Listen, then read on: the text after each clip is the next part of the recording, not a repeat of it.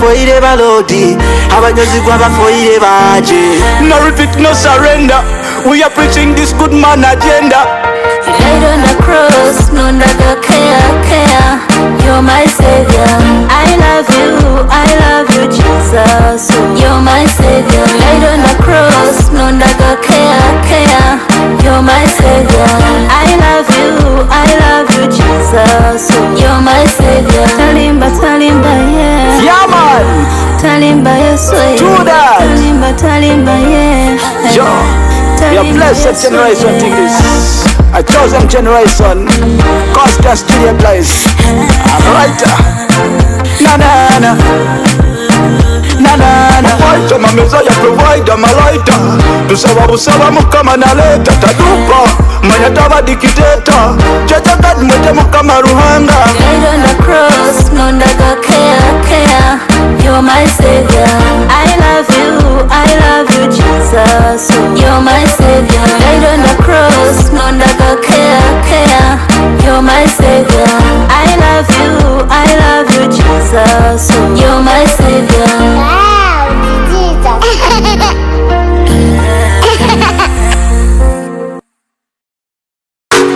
Solo Yankee Pro.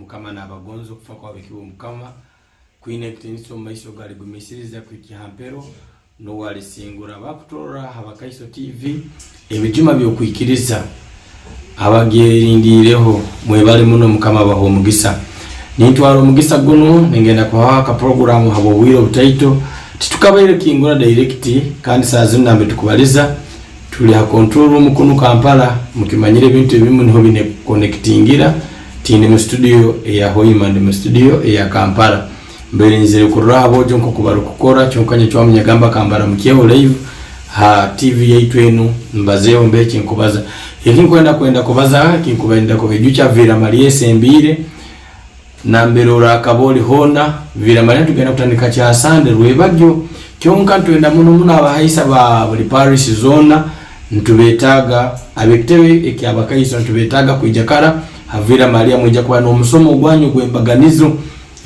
hali abakuru abakuja kuba nabegene nanyo ndiyo abahaisa na ninja kuba ni nyega wiro hali abakuru bijja kuba batwegesa nokora keke tusemereye kuba ntukora so nambere umuhaisa nambere okali ugambire mugenzi wawe iwe ijakara iwe kyasando otagezo kaburaho kyasande umuhaisa nambere akali kyasande otabara ruto nuvira manene genda kubayembaganizo kandi tukimanye kulunga natwebembera umwegeso mukuru ali Reverend Father Simon Kasanga kyadieri ku Rugamba sana Paris naja kubaniwe natwebembera nabandi bengi muno tukimanya abegesa abandi abakuruga omukampala abakuja kubana batweyungaho abajja kujja kyasandi lwaje soneyo na mbirokali ogezeho kukera ogezeho kuijakara kyabaraza ntugenda kubantisibyamu ija kuberisara kwesengereza kusaba then ekitambiro kya misa hasahe muyenyini kijja kubane kitandika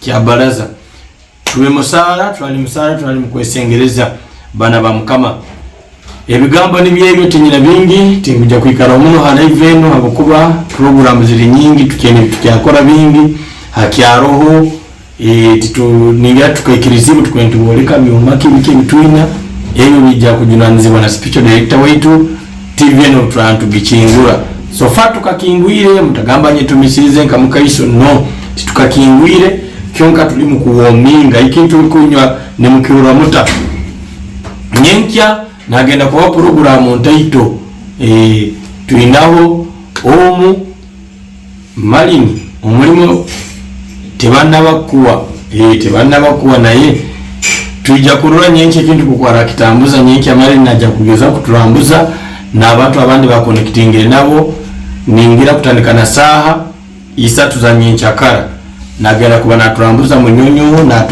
natuleka mikimbi bayo ebiraba biri munyonyo nibigenda kuba live Abakaiso TV ntongera korole ya 5 ya Andrea Kahwa hakituruki nyicha malini nagenda kuturambuza esaha iyi na nyenke otagezo kaburaho malini najja kuba natwebembera program egyo na ba kamera na abandi munyonyo nyencha baitu kilo kinu habubwire ndeka mbagoreza kurara kurundi kandi mpaka nabajya kuraraza mu muziki obwire kukya obwire bujya kwikaga no tera no saba kazi nakaho program zone tujya kusengeneka kurungi abana babikira Maria inyawe gikorwa Abakaiso mu kwikiriza habo bigambe ebyo hona na mbere mu kuturora bali mahanga gahiru abali hoima abali masindi abali kibale abali bulisa bonde bujo kabarole abafoti mwebale kuba mutumbuire mugiro byona tujja kwatu basobora ebikunyuma ebikusemeza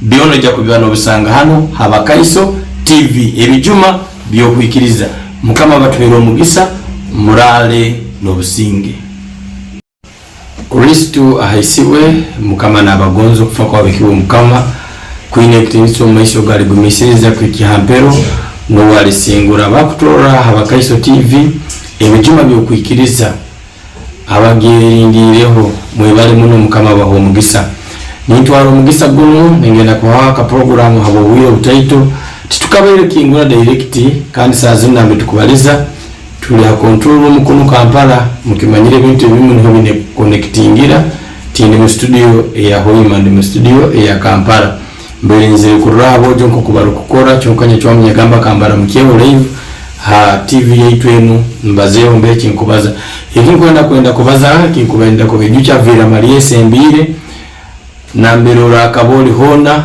vira Maria tugenda kutandika cha Sunday rwebagyo kyonka twenda muno abahaisa ba buli parish zona ntubetaga abitewe eki Abakaiso ntubetaga kujakara havira Maria mujja kwa no musomo gwanyu kwembaganizo hali abakuru abakuja kubana babegene nanyondi yo abahaisa na ninja kubani nyego wiro hali abakuru bajja kubana batwegesa no kurake tusemereye kubana tukora so na mbere umuhaisa na mbere ukali ugambire mugenzi wawe iwe jakara iwe kyasando otagezo kaburaho kyasando umuhaisa na mbere akali kyasande otabara ruto nuvira balene genda kubayimbaganizo kandi tukimanye kurunga natwebembera umwegeso mukuru ali Reverend Father Simon Kasanga kyadiri kurugamba sana Paris naja kubanibo natwebembera nabandi bengi muno tukimanyara abegesa abandi abakuruga omukampala abakuja kubana batweyungaho abajja kujja kyasandi roje soneno na mbirokali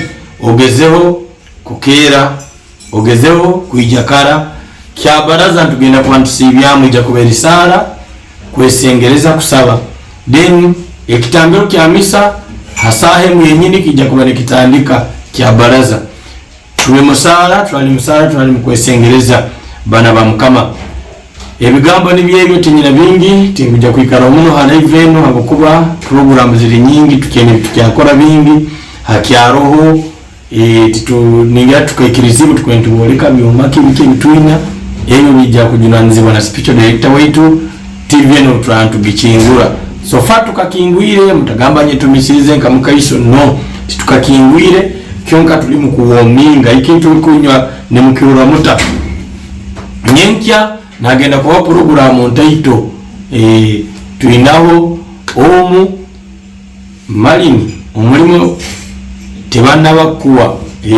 bakuwa naye tujja kurura nyenke kintu kukwara kitambuza nyenke malini najja kugeza kutulambuza na abantu abandi ba connecting nabo ningira kutandika na saha isatu za nyenchakara nagera kuba natulambuza munyonyo na tuoleka mikimbi bayo ebiraba biri munyonyo nibigenda kuba live Abakaiso TV ntongera korole ya 5 ya Andrea Kahwa hakituruki nyencha malini nagenda kutulambuza esaha iyi na nyenke otagezo kaburaho malini najja kuba natwebembera program egyo na ba kamera na abandi munyonyo nyencha baitu kirokinu habubwire ndeka mbagoreza kurara kurundi kandi mpaka nabajja kuraraza mu muziki obwire kukya obwire bajja kwikaga no tera no saba kazi nakaho program zone tujja kusengeneka kurungi abana babikira Maria inyawe gikorwa Abakaiso mu kwikiriza habo bigambe ebyo hona na mbere mu kuturora bali mahanga gahiru abali hoima abali masindi abali kibale abali bulisa bonde bujo kabarole abafoti mwebale kuba mutumbuire mugiro byona tujja kwatu basobora ebikunyuma ebikusemeza byona jja kubibana obusanga hano Abakaiso TV ebijuma byo kwikiriza Mukama batubera omugisa murale n'obusinge. You are watching Abakaiso TV, the fruit of faith. Solo Yankee bro. Aban Records. Abakaiso kyalikonza. Malin Production. Ndi mukristo wenyini, mwana w'ekeleziya, omwana wa mama Maria. Ndi mukristo wenyini, ndi mwesagama y'Abakaiso, nsala etimpinduka, mwana w'ekeleziya. Ndi mukristo wenyini, emizira mu gitere, abaana betuza ndimu, ab'omugalo timpulire. Ndi mukristo wenyini, abaisiki mugamyede, ebijege tukisambe, lora amazina ga Ruhanga. Ndi mukristo wenyini, sapuli tuzibube, itwaiso ku Maria, ezairo muni wensi.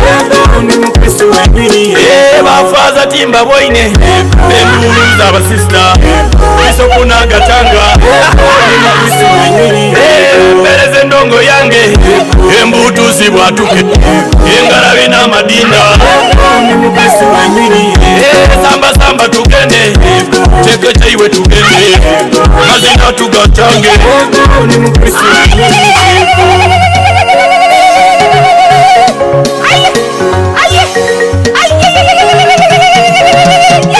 Haleluya Hosana. Ndahire nisoma edini ka ebora sanga ni paisa. Ndahire nisoma edini ka ebora sanga musapuli. Ndahire nisoma edini ka omu muhanda gw'omusalaba. Ndahire nisoma edini ka abadogo tinatine. Ndahire nisoma edini ka Abakaiso bakehayo. Ndahire nisoma edini ka omuro gutabakange. Ndahire nisoma edini ka amacumu gatabakange. Ndahire nisoma edini ka ebipanga bitabatinise. Ndahire nisoma edini ka Abakaiso nibegonza. Ndahire nisoma edini ka omundimi z'omuro. Ndahire nisoma edini ka Anatoli neyesima. Ndahire nisoma edini ka Andreya nazinamu. Ndahire nisoma edini ka Adurufu neyegonza. Ndahire nisoma edini ka Abakizito muraha. Ndahire nisoma edini ka leke embutu zivuge. Ndahire nisoma edini ka kunyenyaga Abakaiso. Ndahire nisoma edini ka uzabalya. Ndahire nisoma edini ka Abakaiso. Ndahire nisoma edini ka Abakaiso.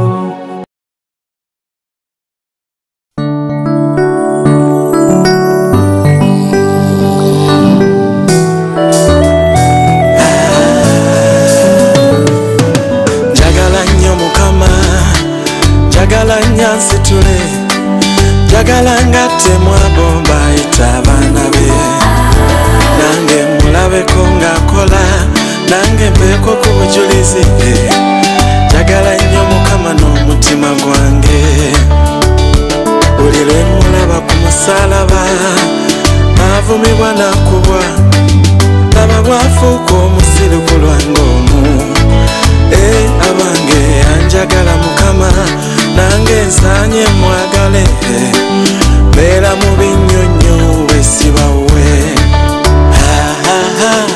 naye ebikemo bingi buli lwe ndaba abawala bano abambala mini bansanyusa oluusi nengwa mu bikemo emitego ngikole ntya kuba Mukama mwagala n'abawala mbagala kate eggulu ng'olisibula likubire ebbayi welaba genze magombe omwoyo gwobeera obutunze Katonda omugati kotya babujejo naawe tosobola kwagala nnyo Mukama nga n'ekibi okyagala jagala nnyo Mukama jagala nnyo nsitule jagala ngate mwabomba itabana be nanga nwanire ku ntalo ziri ewange zimenya jagala nnyo Mukama n'omutima gwange buli lwe ndowooza kugeyena nempulira nga ntya olaba eganda wano linkubye enduulu ate ogwo omuliro ogutazikira nze ngutya mwana wange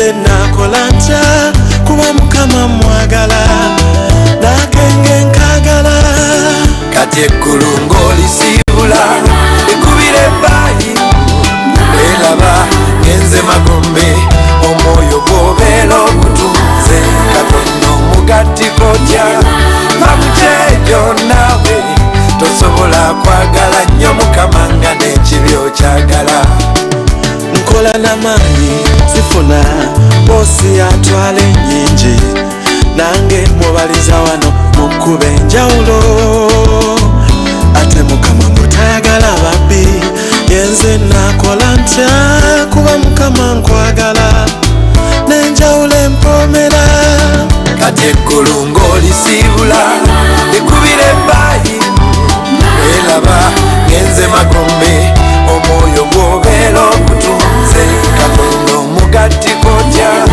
mamukyejo naawe tosobola kwagala nnyo mukama nga n'ekibi okyagala naye mbuuza mubaawo mutyeyo nze bwe mba stressed gendako mu disco olwo bw'okuba endongo n'osala endongo n'ofuna eddembe embuuza ne mu kkanisa waliyo endongo ate ne Yesu abeerawo naye kunze akenge kano obulamu bwe nkavako bwe nti zikutuke n'enfa awo wajjula omwenge jjuzaawo katonda olifuna eddembe kulisi tosobola kwagala nnyo mukama nga n'ekibi okyagala kanfube sabira pasta nawe tosobola kwagala nnyo mukama nga n'ekibi okyagala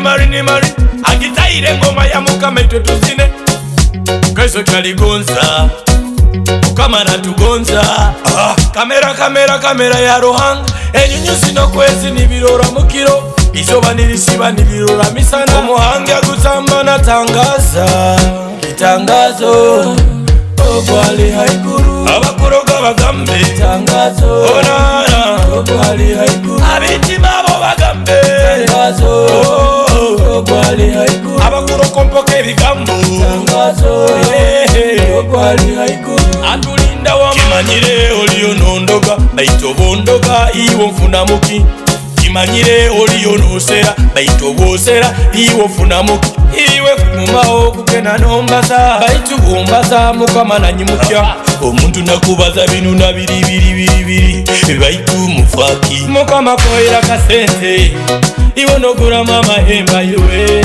abamwaro gaga dora batembere nyonyi ibekolera tangazo ogwali haiguru abakuroga bagambe tangazo onana ogwali haiguru abitima abo bagambe tangazo ogwali haiguru abakurokompoka ebigambo tangazo ogwali haiguru atulinda wama ibikorwa mu kiroberero lwa musana abana baruhanga bakola ebyomusana inywa beyetaba amani kuba muguda kuno limunaku ruhange byatwaire munsi muno wewe tulibirekaho okaija busa iboligenda busa byabusa ohaira umwana wa mukabale ebiharo mwisire byabusa okoroga mutayi wawe iwe omwitatali musango iwe olijyankaha tangazo ogwali haiguru jogo yahangire tangazo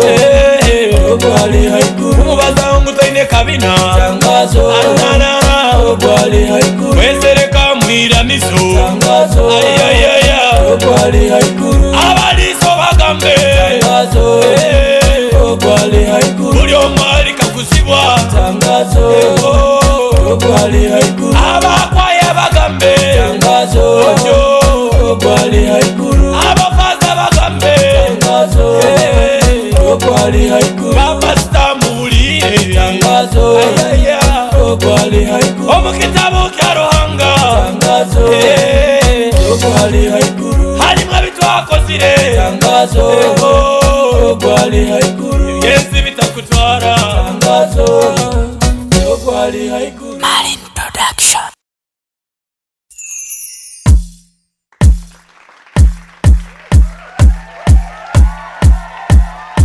Ainamani we Yesu mwana wa Ruhanga. Ainamani we Yesu mwana wa Ruhanga. Yesu akasanga nasubirwe. Ainamani we Rahapinanya nyina usinje we. Osya abantu benda bamukunda. Abahulira haza mwana na wabakunda we.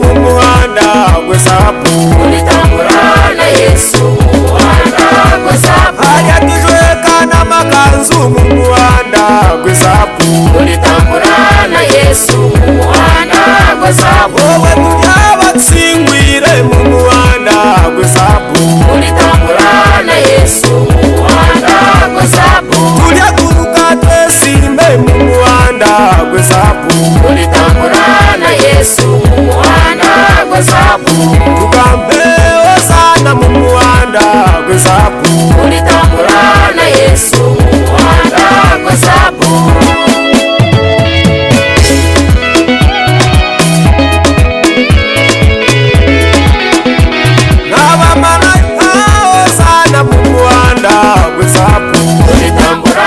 Yesu mumuhanda gwezabu tulinabanyuruzi bazana mumuhanda gwezabu tulitambura na Yesu mumuhanda gwezabu haleluya bazana mumuhanda gwezabu tulitambura na Yesu mumuhanda gwezabu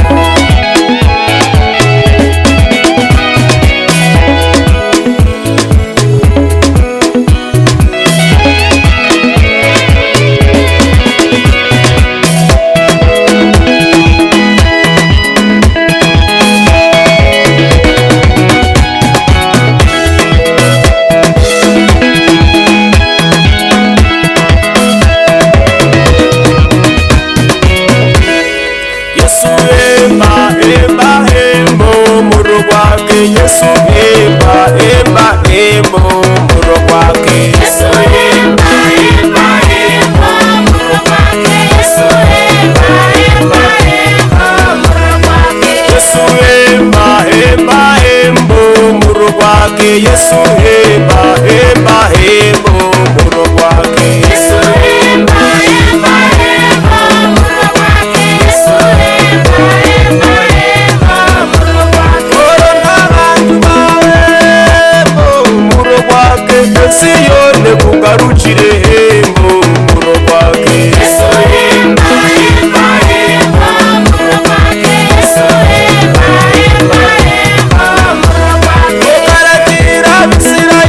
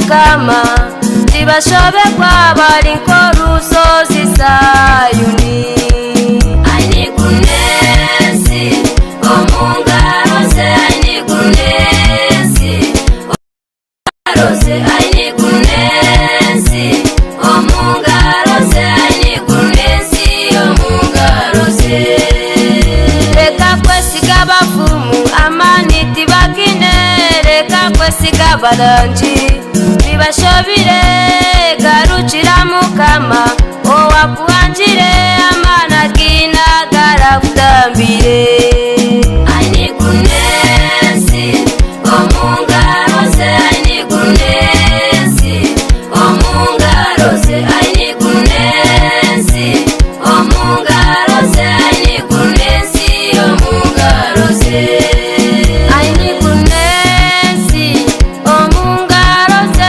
ainikunesi omungarose ainikunesi omungarose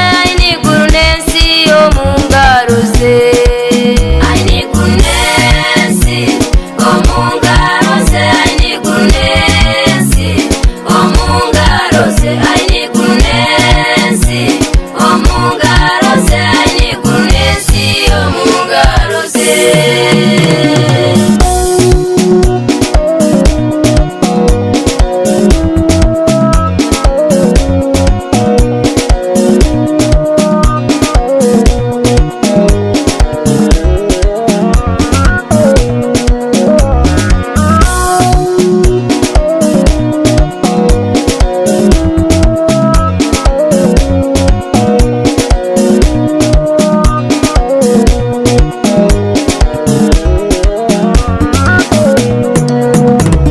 itimo rirerere ritakuremeza iharorekeraho eryo naryo nibusha ereza ruhanga wawe owakuronzire niwarazimurire emirimo yawe ainikunesi omungarose ainikunesi omungarose ainikunesi omungarose ainikunesi omungarose noyendo mukyara ajya mungarose reba noyendo mushija ajya mungarose nimwenda rusaro nerugo mungarose ainikunesi omungarose ainikunesi omungarose ainikunesi omungarose ainikunesi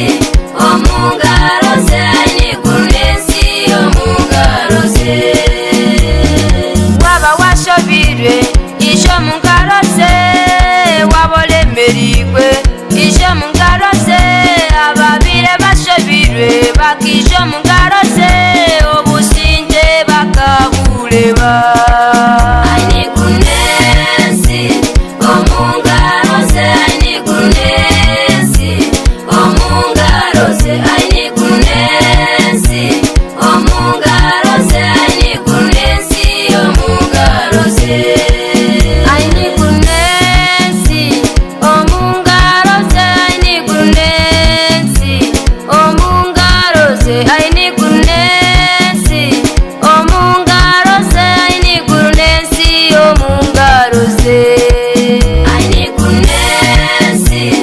omungarose ainikunesi omungarose ainikunesi omungarose ainikunesi omungarose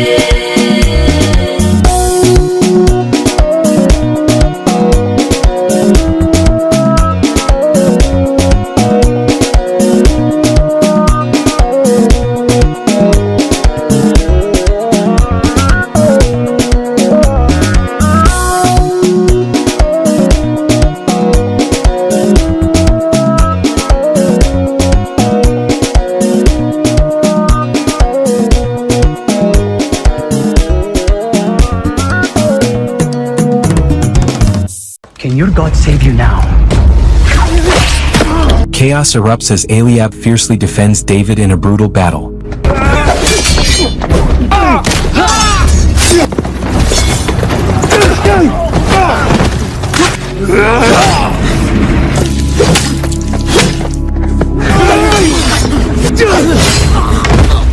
Using his warrior skills, he dodges blows and arrows while protecting David.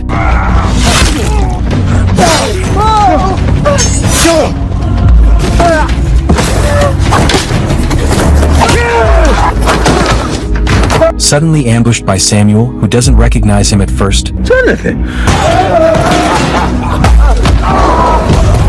500 years after Moses. Diving into Israel's troubled past, we recall the chaos during the time of the judges. The people asked for a king and Saul rose to power, but over time, pride led him to turn away from God. This marked the beginning of Israel placing its trust in men rather than in God, setting the stage for David's story.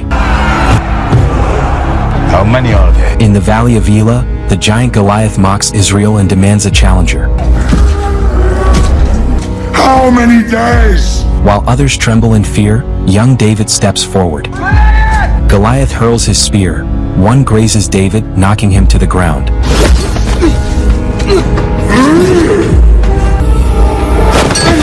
Bruised but undeterred, David reaches for the stones he had gathered. The central question remains. Can one stone change the course of history? Welcome to Cephastalk Movie Recaps.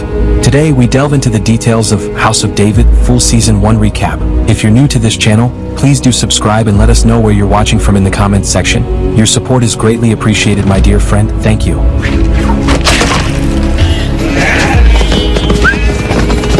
The series begins in the quiet hills of Bethlehem, where David lives as a humble shepherd.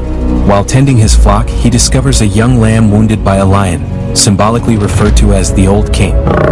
Knowing he is no match for the beast, David hides silently among the rocks until the lion disappears. Then, with gentle care, he lifts the injured lamb into his arms and carries it home, revealing the deep compassion, quiet courage, and shepherd's heart that will come to define his future calling. Moses died. Back at home, David arrives to find his father, Jesse, passionately addressing the family, recalling God's command to Joshua to be strong and courageous. We must face fear. Jesse's message emphasizes the need to overcome fear, That's right. urging trust in God's presence beyond it. The atmosphere shifts when the family notices blood on David. He warns them the Old King has returned, We'll surely kill him, the sheep cannot graze there. revealing that Jesse's earlier effort to drive it away has failed. I'm nothing more than a bastard in this house. Instead of listening, the others mock David, implying he was too absorbed in playing his late mother's harp to help. David! Feeling alienated, he storms off and prays alone in the fields for guidance. Show me who I am. The next morning, David sits alone in the fields, softly strumming his harp as golden light spills over the hills. His thoughts drift to memories of his mother, her gentle voice guiding him in song, teaching him to worship Adonai through music. In these flashbacks, she sings beside him with joy, nurturing his faith and planting the seeds of devotion that would shape a king's heart. Saul's storyline begins amid the brutal Battle of Havilah, where he leads Israel against the Amalekites, fierce enemies ruled by the cannibal witch king Agag. To keep no spoils of war. God's command was clear. Saul was to utterly destroy them, taking no spoils. This divine directive tests Saul's obedience and the consequences of defiance. We have news of a border village destroyed. After the brutal Battle of Havilah, a weary crown prince Jonathan is alerted to a new threat, an attack on a remote Israelite border town. Get me a horse. Though exhausted, he rides out at once, compelled by duty. At the ruined village, he discovers smoldering remains and a young boy, one of the few survivors, rendered mute by trauma. Speak only the truth, all right?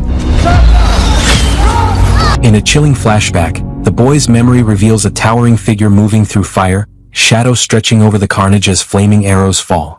Haunted by his failure to protect the innocent, Jonathan kneels beside the child, silently vowing justice. Nearby, he spots an enormous handprint scorched into a wall. The sight awakens an ancient fear. He remembers the legends of the Nephilim, giants born of the sons of God and daughters of men. In the fields of Bethlehem, Jesse finds David practicing with his sling, his aim sharp and focused. Jesse sees his late wife's bold spirit in the boy. Yet David's heart stirs with longing. Let me prove myself. He questions why he's held back from fighting for Israel. Israel should never have had a king. Amid the argument, they rush home after hearing the lion roar and Ava scream. David arrives to find chaos. His sister shaken and the house damaged by the attack. He hides with her as the lion prowls nearby. Jesse, gripped by fear, cries out in despair. But David, resolute and stirred by purpose, takes his sling and sets out alone. David, wait. When Jonathan returns to the Israelite camp at Gilgal with the young survivor, his second-in-command expresses concern that the child might spread fear with tales of the attack. Jonathan dismisses it. The boy has yet to speak a word. Surveying the camp, now filled with spoils and prisoners, Jonathan's unease deepens. He brings the child to his family's tent, where King Saul's victory celebration is being prepared by his mother, Queen Ahinoam, and his sisters, Michal and Mirav. The queen urges Jonathan to consider finding a new wife, gently alluding to a lingering past sorrow. Asking about his younger brother's whereabouts, I don't bite. in his tent, Eshbal lounges with wine and a servant girl, indulging in leisure and flirtation. When she asks if he'll be king one day, he scoffs, preferring princely pleasures over the burdens of rule. Oh, speaking of burdens. Jonathan enters, frustrated, rebuking him for avoiding battle while others risk their lives, and for influencing Saul to keep the forbidden spoils. King did not raise any objection. Eshbal shrugs off the criticism, offering wine, but Jonathan, disillusioned and duty-bound, refuses and walks away.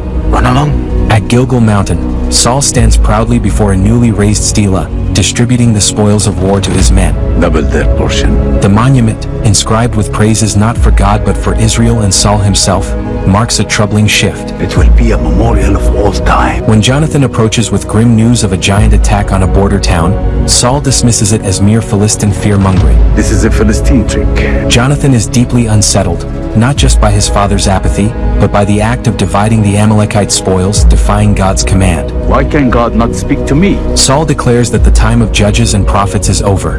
The era of kings, of his rule, has begun. These men who fought for us. Honoring fallen tribal leaders, he insists, is more important than obeying a lone seer, a pointed reference to the prophet Samuel. What have you done? In Ramah, the prophet Samuel weeps and cries out to God, telling his assistant Silas that he must speak the word of the Lord and undo what has been done as a result of King Saul's disobedience.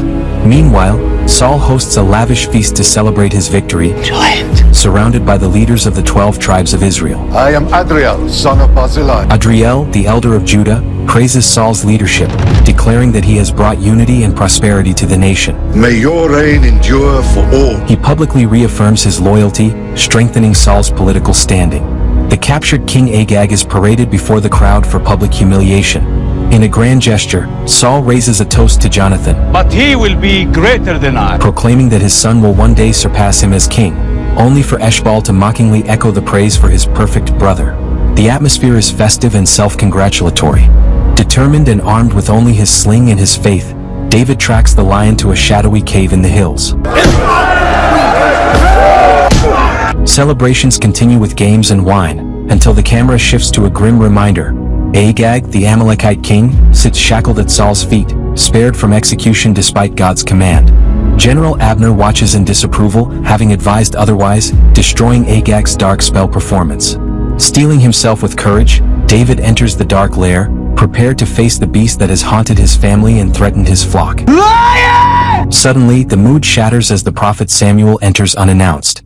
The hall falls silent as Samuel confronts Saul before all, The glory of Saul. condemning him for claiming glory that belongs to God and for directly disobeying divine instruction by keeping Agag alive and seizing the spoils. The confrontation marks a turning point. God's judgment on Saul is about to unfold. Speak with me alone. Saul pulls the prophet aside in private, burning with indignation. He rebukes Samuel for humiliating him before the tribal elders, Is that not enough? accusing him of acting out of bitterness over Israel's rejection of his sons. But Samuel remains calm, his tone heavy with sorrow. He tells Saul that he has wept for him and still would, but the Lord has spoken. He reminds Saul that when he was humble and small in his own eyes, God lifted him up to be king. Now, swollen with pride, Saul has rebelled. His disobedience, sparing Agag and seizing spoils, has made him an enemy of God. Samuel declares that the Lord will hand Saul over to a twisted power, cursing his mind. I am no sorcerer. Saul protests, citing the sacrifices he and the people offered, but Samuel cuts him off, warning that obedience is greater than sacrifice and that arrogance and defiance are like idolatry. Why are you not afraid of God? Saul's failure lies in fearing the people more than God. As Samuel turns to leave, Saul grabs his robe, tearing it. Samuel tells him the kingdom has been torn from him and given to another. In the silence that follows, the curse begins to take hold. What happened? Get away from me! Saul unravels, tormented and broken. David lights a torch and enters the cave. repeating God's words to Joshua to strengthen himself with courage as he faces the lion. Meanwhile, Samuel returns to the tent where Agag sits in chains. Taking a sword, he declares God's judgment for Agag's bloodshed and executes him on the spot, hacking him to pieces before the people. Burning with anger, Samuel declares to the people that God is not mocked. God is not mocked. Then, as he departs from the tent, he tells Silas that they must go and find a new king. In the cave, David bravely kills the lion, proving his courage and faith. He emerges victorious, carrying the lion's claws. In a flashback to David's childhood, he and his mother, Nitzavet, witness a rare solar and lunar alignment. On their return, a man from Bethlehem berates them, accusing Nitzavet of dishonoring Jesse's house with her strange visions. And would you like to know what I have seen? Unshaken, Dare you? Nitzavet declares that while he will be forgotten, David's name will endure through history. As they walk, she speaks gently to David about learning to quiet his heart to hear God's voice, a practice he has yet to master but one that will shape his destiny. At home, David feels alienated, treated more as an outcast than a brother. Not beyond the wall, David! Seeking solitude, he ignores his mother's warning and crosses the wall, unaware of ferocious lion stalk nearby. Just as danger descends, David's mother arrives, having followed him. With remarkable courage, she diverts the lion's attention, I love you. saving David but suffering mortal wounds in the process. When Jesse arrives, he quickly scolds and blames David for her injuries. What have you done, David? On her deathbed, Nitzavet lovingly reassures David, saying she has no regrets and that God has a powerful destiny for him. What you would become. Despite her final blessing, Jesse casts David out, sending him into the wilderness to tend sheep, an act that marks the beginning of David's journey toward greatness, shaped by rejection, solitude, and pain. Tend the sheep. In the present, David limps back to town, wounded but alive after his fierce battle with the old king. Memories of his mother and past rejection weigh heavily on him. Hoping for recognition, he instead receives a harsh slap from his father, who scolds him for disobedience rather than honoring his bravery. Undeterred, David turns to his sister Ava and gently gives her the lion's claws, assuring her the beast that once terrified her is gone. In the looming halls of Gibeah, Israel's new capital, the scene shifts to the troubled royal household. Michal, Saul's daughter, gently tends to the fevered king, tormented in his sleep. Father has awakened. When he suddenly awakens, she rushes to Jonathan, and together they anxiously speculate on what Samuel may have done. Did Samuel do to you? Elsewhere in the fortress, Saul meets privately with his military commander Abner and his wife Queen Ahinoam. He confides his fear that Samuel intends to anoint a new king, revealing his growing paranoia and desperation to retain power. Determined to act first, Saul orders Abner to track the prophet. Bring me the one he anoints. But Ahinoam, more ruthless than either man, pulls Abner aside and chillingly instructs him to eliminate the chosen one and his entire household. I understand. In Gath, we're introduced to King Achish as he convenes the 5 Philistine rulers, urging unity in response to Saul's recent victory over the Amalekites. He proposes a joint assault on Israel, but the other lords reject the idea, And how do we know this is not just... accusing him of being driven by personal vengeance for his father's death and lacking the strength to lead. Undeterred, Achish resolves to seek new gods to guide and empower him, hinting at a dark turn in his quest for power. At a vibrant wedding celebration in Bethlehem, hosted by one of the sons of the dignified Adriel, elder of Judah, the atmosphere shifts with the arrival of David's eldest brother Eliab, returning from war alongside their formidable cousin Joab, captain of the king's guard. Daughters of King Saul. They are accompanied by the royal sisters Michal and Merav, Hello, people of Judah. sent by the king to bless the couple, forgive their debts, and bestow gifts of land and sheep, Land and sheep from our own herd. a gesture reflecting royal favor and benevolence. Their presence elevates the occasion, blending local joy with royal prestige. Sharp and unpredictable, Merav notices one of Adriel's sons eyeing her as the dancing begins. As the wedding celebration continues into the night, David takes the stage and delivers a hauntingly beautiful performance that captivates everyone, especially Princess Michal. Clearly enamored by her, David catches her attention with the emotion woven into his music. When she approaches, he tells her the song was taught by his mother, rich with memory and meaning. She's a good teacher. Then, with quiet boldness, he offers to compose a new song just for her. Interrupted by Joab, David's hardened cousin, For your efforts. presents him with a war knife. Learning it came from the Amalekites, David recoils and throws it into the fire, refusing to accept a symbol tainted by his people's suffering. Eliab retrieves the knife and pulls David aside, I don't care where it comes from. warning him sternly not to provoke Joab, who is known for his ruthlessness. Why is it you never defend my honor like that? Tension erupts when Merav pointedly asks why Joab doesn't show the same zeal in defending her honor as he does Michal's. The next morning, Eliab practices with David's sling but fails to hit his targets. David takes it back and effortlessly demonstrates his skill, using the moment to ask Eliab to speak to Joab on his behalf about earning a place among the king's warriors. However, Abinadab, another brother, echoes their father Jesse's belief that there is no honor in serving Saul. Eliab disagrees but remains loyal to their father's wishes. When David insists, shooting 2 jars at once to prove his point, Eliab replies that David is not a man of blood. In response, David shows him the claw scars from the lion, but Eliab only offers to show him the brutal reality of war.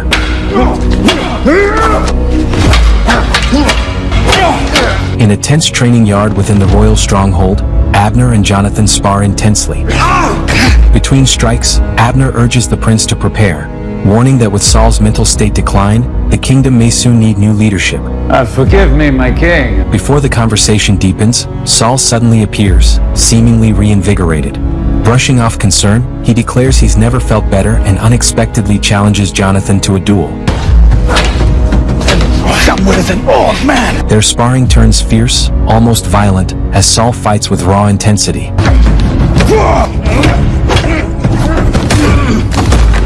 Though he concedes Jonathan may one day be king, his words and steel make it clear. He remains king for now. In the scriptorium, Michal studies the story of Moses and the bronze serpent from Numbers 21 under High Priest Ahimelech's guidance. When Saul enters, he fondly recalls how his poor hometown never had access to the law, especially not for women, a privilege Michal now enjoys as the king's daughter. Reflecting on the tale, she questions its truth and wonders why, if it happened, God hasn't healed Saul. He says I'm not healed. Saul insists he has been healed and softens, revealing a necklace he had made for the queen, recalling their joyful youth. Fear not, my child. As David and Eliab walk together, a rare moment of vulnerability emerges.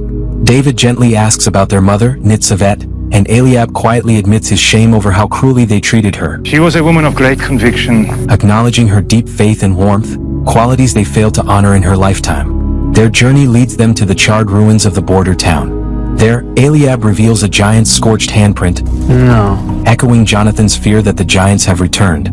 Disguised figures lurk nearby, but David is missing. David, wandering lost in thought, encounters King Achish of Gath, who is secretly seeking signs of the Anakim giants. Are you a Hebrew? Despite their enmity, they share a rare moment of connection over their mutual pain of familial rejection. For a brief time, understanding bridges their divide, revealing 2 young men weighed down by legacy and expectations.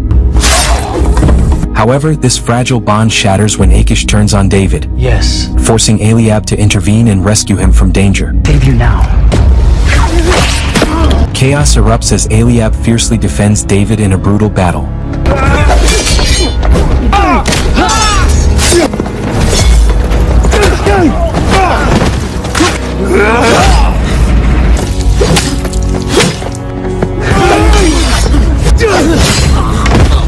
Using his warrior skills, he dodges blows and arrows while protecting David.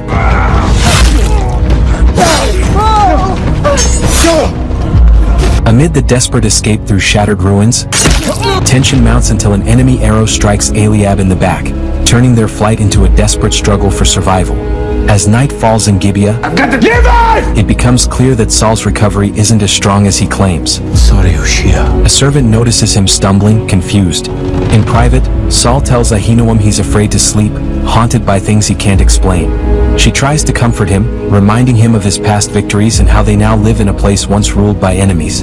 As she calms him, Saul drops his tough act and longs for the simpler days of their early love. Late that night, haunted by memories of his wife, Jonathan prays for clarity. He offers God a cherished armband, a relic from his late wife, but his peace is shattered by screams. He rushes out to find the queen fleeing, with a mad Saul chasing her, sword in hand, raging wildly. Jonathan tries to intervene but is overpowered by the unhinged king.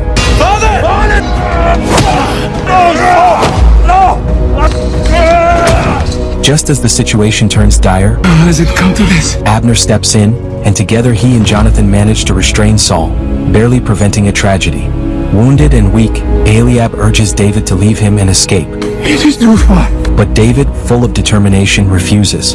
He insists he's no longer the helpless boy Eliab once knew. He's stronger now, and he won't leave his brother behind. Saul. In a haunting and symbolic nightmare, a candle bleeds in Saul's room as Samuel's voice urges him to let go.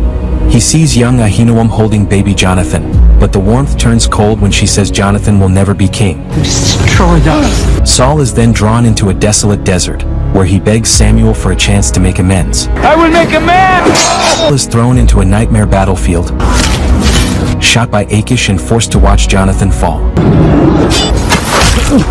As he holds his dying son, Look at me! Samuel appears, takes the crown, and tells Saul to let go. Let go of what is no longer. Saul defiantly hurls a spear, only to wake and find he's killed his innocent servant, Yoshia. No, please. In the aftermath of David and Eliab's visit to Baal-Hatzor, David prays for his brother and helps restrain him as Jesse and the others remove the arrow and cauterize the wound. When David apologizes, Jesse demands obedience, not apologies. David remains by Eliab's side, soothing him with music. Meanwhile, tasked by Saul to track Samuel, Abner visits Doeg, a strange Edomite obsessed with animal experiments. Ignoring Ahinoam's harsh orders, Abner tells Doeg to only watch, not harm. Doeg hints they should convince Samuel to lift Saul's curse. What curse? Revealing he knows unsettling personal details about Saul's condition.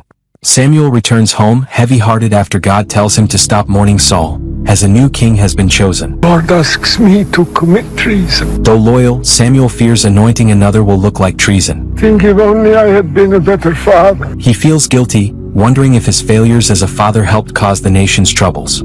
Hyla gently teases him, saying God's will can't be treason, and reminds him that God shapes history, not men. And he is the great author of the story. She encourages Samuel to trust the divine plan and hope the next king will be wiser and more faithful than Saul.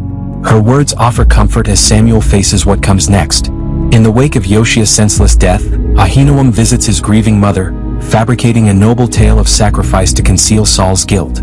She offers her personal scriptures as a sacred gift, vowing to share the mother's sorrow. You take this. The mother, overwhelmed, fails to see the cruel irony. Saul's house caused her loss, and Ahinoam's gift is not an offering of comfort, but a symbolic renunciation of her own fractured faith. Still crying over the servant boy. As Saul's children gather, Eshbal coldly downplays Yoshia's death, calling it a small price for power and a blessing for his mother. Jonathan condemns Eshbal's cruelty, declaring he's unfit to rule. Eshbal coldly hints that the king may soon turn against Jonathan to secure the throne. I would never hurt him. Saul, shaken, insists he didn't mean to harm Yoshia. Ahinoam shifts blame to Samuel and vows to take care of the fallout. Meanwhile, Doeg travels to Nob and cunningly coaxes one of the priests there to point him towards Samuel's whereabouts. As Samuel travels with his assistant, Silas asks him about who they are going to anoint, but he doesn't know yet. My wife is with child. When Silas reveals that his wife is set to give birth in less than a month, Samuel urges him to head back home, knowing that his current mission could bring with it a death sentence. What will you name your child? The queen meets with Abner and asks about his mother, who turns out to be a spiritist from Ender. Does she still live? Abner warns her against turning to witchcraft, saying it could cause more harm than good. That's why it terrifies me. He gave up his mother's ways after seeing the darkness it brought and reminds Ahinoam that God forbids such practices. I fled that life long ago. But Ahinoam, skeptical of prophetic laws, ignores his warnings and demands to visit a medium in Ender. When they arrive, the medium pretends to be a simple seller and denies knowing anything. Even after they reveal who they are, she's afraid to help, since Saul outlawed spiritists earlier in his reign. But Ahinoam refuses to back down, determined to get what she came for, no matter the risk or cost. The city of priests. Doeg tracks down Silas as he's returning home, pretending to seek a seer's guidance to hide his true intent. There's not a big deal. Trying to evade the conversation, Silas is knocked out and restrained. When Silas wakes, Doeg coldly threatens torture to force him to reveal Samuel's location. It's true, he serves in over. Silas, steadfast in his faith, declares himself a servant of the Most High, but Doeg dismisses this, driven solely by ruthless ambition with no loyalty beyond himself. Trying to survive, Silas attempts to mislead Doeg by sending him the wrong way, but Doeg's sharp instincts see through the lie. I do not serve Yahweh. The tension escalates as Doeg mercilessly begins to torture Silas, showing his brutal determination to get what he wants. Meanwhile, Ahinoam, cloaked in desperation, pressures the wary medium to reveal what may be required to heal Saul's madness. Despite fear of reprisal, the medium yields, agreeing to summon forbidden powers. With trembling hands, she chants dark incantations to Baal, setting a chilling tone as ancient taboos are shattered, highlighting Ahinoam's growing defiance of divine authority and the unraveling moral order around Saul's house. Ahinoam returns with the medium, lying to Jonathan that she's just an artisan. I noticed your scriptures were gone. When he questions the absence of her scriptures and affirms God's rule over their house, Ahinoam insists Saul rules now, and Jonathan must respect her until his time comes. Upon arrival in Bethlehem, Samuel assures the local elders that he comes in peace. I come to worship the Most High with He asks for Jesse's family but soon learns that Jesse is no longer welcomed among the elders because he fathered a bastard child, David, with the daughter of an enemy, Nitzavet. God is funny. Samuel laughs at God's sense of humor and proceeds to Jesse's homestead. He told me they lived in a great valley. After uncovering the aftermath of the giant attack on Baal Hatzor, King Achish is guided by his men to the ominous Valley of the Giants, believed to be the dwelling place of the feared Anakim. As they descend deeper into the valley, they pass a chilling hill of skulls, grim remnants of those who dared enter before. His men, visibly unnerved, warn him that none who enter ever return. But Achish, driven by ambition and curiosity, presses forward undeterred.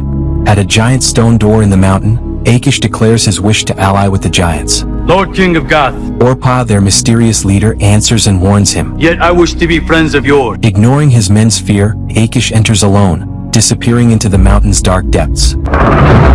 Meanwhile, Samuel arrives unannounced at Jesse's house, bringing a large cow for a holy offering, and asks him to gather all his sons. Gather your son. Inside the cave, Achish impresses Orpah by knowing her name means Mother of Giants. Is Mother of Giants. He proposes an alliance between Gath and the Anakim, asking to meet their leader. Then you must speak to the gods. Orpah warns this means facing the gods and likely death. Undeterred, Achish offers riches, peace, and revenge against Israel for driving them out. I offer vengeance. In Bethlehem, Samuel seeks the one God has chosen to anoint among Jesse's sons. Eliab, Jesse's eldest, warns his father not to trust the prophet. The seer has gone mad. I saw it at Gilgal. Believing Samuel has gone mad. Despite the tension, Samuel begins his inspection with Eliab, convinced at first by his stature and presence that he must be the chosen one. But as he looks deeper, Samuel discerns fear in Eliab's heart. One by one, Samuel evaluates each of Jesse's sons, only to reject them all. Confused and concerned, he confronts Jesse, questioning why he would disobey and withhold a son. Are there no other sons of Jesse? Jesse falters, and it becomes clear that David, the youngest and most overlooked, was left in the fields. No one will sit. As Jesse sends Ava to find David, Samuel scolds him for hiding the one chosen by God, Of what I intend to magnify. warning not to fear the light God will reveal. Because that would be madness. Meanwhile, Eliab, jealous and afraid, suspects Samuel wants to harm David. Son of your shame. Furious, he nearly attacks but is held back by his brothers. David arrives, and Samuel immediately senses something different about him. Honoring him with reverence, Samuel examines David's heart and is overwhelmed by what he finds: purity, strength, and humility. He is quietly amused by how God sees beyond human expectations. He assures David that he will become someone special beginning today, intrigued by God's wonder. God is funny.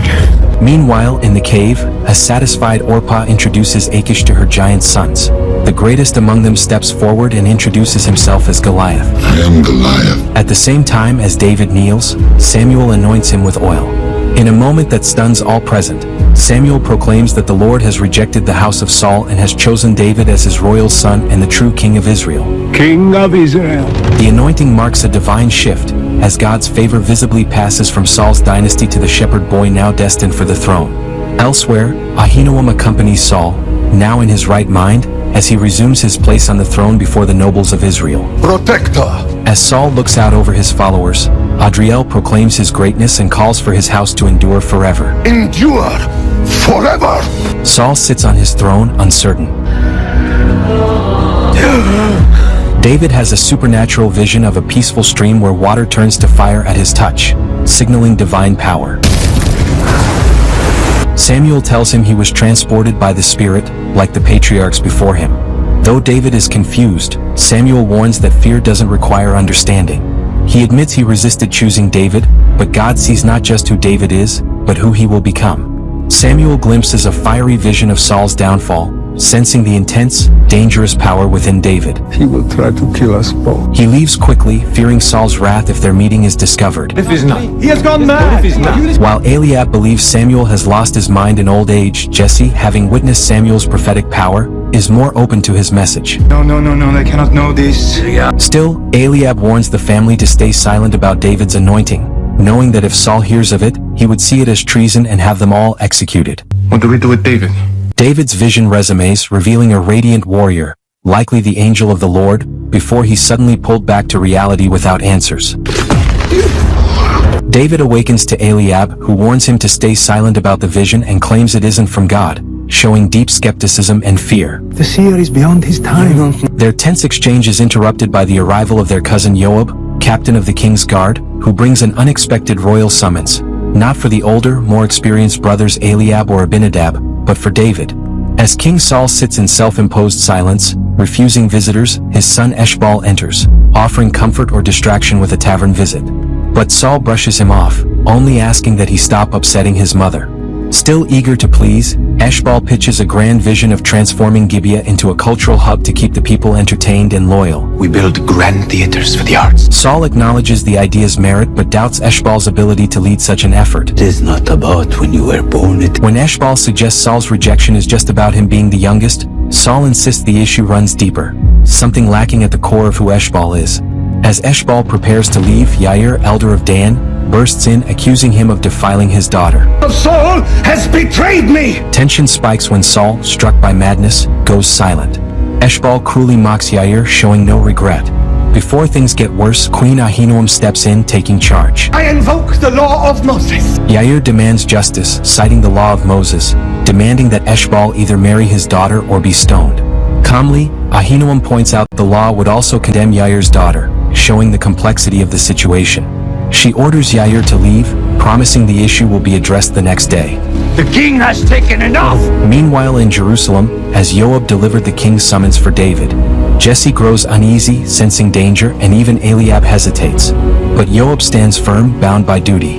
David, confused and nervous, agrees to go. He shares a tearful goodbye with Ava, who's clearly scared for him. His farewell with Jesse is cold and distant, though Jesse shows concern by sending Eliab to protect him. Later in Gibeah, Eshbaal plays a game with Merav, who's worried about the accusation against him. Eshbaal, confident and dismissive, believes their mother will forgive him and says he can do what he wants. Merav warns him about Dinah's pain, but Eshbaal angrily dismisses her and storms off. Who are you to tell me how to behave? That evening at dinner, tension runs high in the house of Saul. Eshbaal jokes sarcastically, saying his mistake didn't cost a slave's life like Saul's past failures. Saul snaps, angrily rebuking him. The mood worsens until Ahinoam steps in and dismisses everyone for a private talk. Speaking gently, she recalls a childhood memory, Eshbaal pretending to swim through the sky until he fell, and she cared for his injury. Looking at him now, she sadly says she'll have to clean another wound. Showing both her love for him and the emotional weight of dealing with his mistakes. Her words blend comfort with sorrow, revealing the deep strain within the family. The next day, Yair confronts Eshbaal in court again. To avoid bloodshed, the queen cites the law of Moses from Numbers 35 and banishes Eshbaal to Endor, a city of refuge. Eshbaal angrily claims their home has always felt like a prison, just as the Philistines hoped. I'm glad to be free of it! Merav pleads with their mother, but she holds firm. Mother! As Eshbaal is taken away, Merav follows, and they share an emotional, painful goodbye, filled with sorrow and unresolved feelings. After anointing David, Samuel goes to meet his assistant, Silas, only to find a burned corpse and the word traitor scrawled on a nearby stone. Loaded into a carriage, Eshbaal is taken away from Gibeah, briefly catching sight of David on the way out. Upon arriving at the palace, Eliab refuses to leave his brother's side until he knows why David was summoned. Joab agrees. David is brought before Queen Ahinoam and her enigmatic advisor, the witch Bisay. Why is he here? There, they learn that David has been summoned to ease the king's troubled mind by playing music for him. After Eliab and Joab leave, the queen fabricates a story that Saul was bitten by a serpent and now suffers from madness. She claims Bisay saw a lion in a vision, which she took as a sign from the goddess Batet. Is the god of music. Believing David's music could help, they summoned him. Though uneasy about the pagan idea, David agrees out of duty and promises to keep Saul's condition secret. You have nothing to worry about. As David waits outside the throne room, King Saul goes furious. David is overwhelmed by anxiety, panic sets in. Make that choice and send him away. Michal, Saul's daughter, notices and gently comforts him, urging him to imagine playing just for her. Just play to me. Encouraged, David begins to play. His haunting, gentle music slowly calms the room. Saul's restless spirit settles, Ahinoam watches with hope, and the court grows still. In that moment, David's music becomes more than a performance. It becomes a source of healing and peace. His gift touches everyone present, transforming fear into calm and revealing his deeper purpose in the palace. It was incredible. After the performance, David feels joyful, not just for soothing Saul, but sensing a spark of interest from Michal. And Michal is the daughter of the king. He's hopeful and energized, but Eliab warns him to stay quiet and avoid attention, fearing it could bring danger. But at this point, no one else in the house of Saul is wary of David, except for Bisay, who senses something unique in David's spirit. Her concern is brushed aside by the queen, who sees him as nothing more than a musician. He's just a musician. Late at night, unable to sleep, David sneaks into the royal scriptorium, drawn by curiosity. He's caught by Michal, who scolds him at first but softens when she sees his reverence. No. David admits he was never taught to read or allowed to hear public scripture in Judah. Should I call the guards? Kezia, Michal's assigned servant, discovers them and wants to alert the guards, but Michal dismisses her. Moved, Michal begins to read aloud from the Song of Moses, her voice filling the quiet room. She wistfully confesses that she's always wished to hear it sung rather than spoken. David listens intently, captivated by her voice and the words. It's lovely. Later that night, inspired by both the scripture and Michal's presence, David sits alone with his harp, quietly composing. The next day, he performs the piece he created, his own musical rendition of the Song of Moses, before Saul and Michal. His performance is powerful and deeply moving, stirring something profound in both of them. Was that the Song of Moses? Later that night, as Michal's servant quietly escorts David back to the scriptorium, Eliab and Joab meet privately with Abner. Abner warns them of a potential uprising, a pretender from Judah who threatens Saul's reign and seeks their support. Joab agrees to deal with it. Afterward, Eliab expresses doubt about turning on their own people over a possible false threat. But Joab insists, questioning his loyalty. Jonathan interrupts with news of a border raid. As they get ready to ride out, Eliab looks for David but can't find him. In the peaceful royal scriptorium, David meets with Michal again. Touched by his love for scripture, she offers to teach him to read. As they sit together, Michal admits her growing fear that her family is cursed and forgotten by God. Her family's been cursed. David listens kindly, then shares how he felt the same after his mother died, but found comfort by praising God even in grief.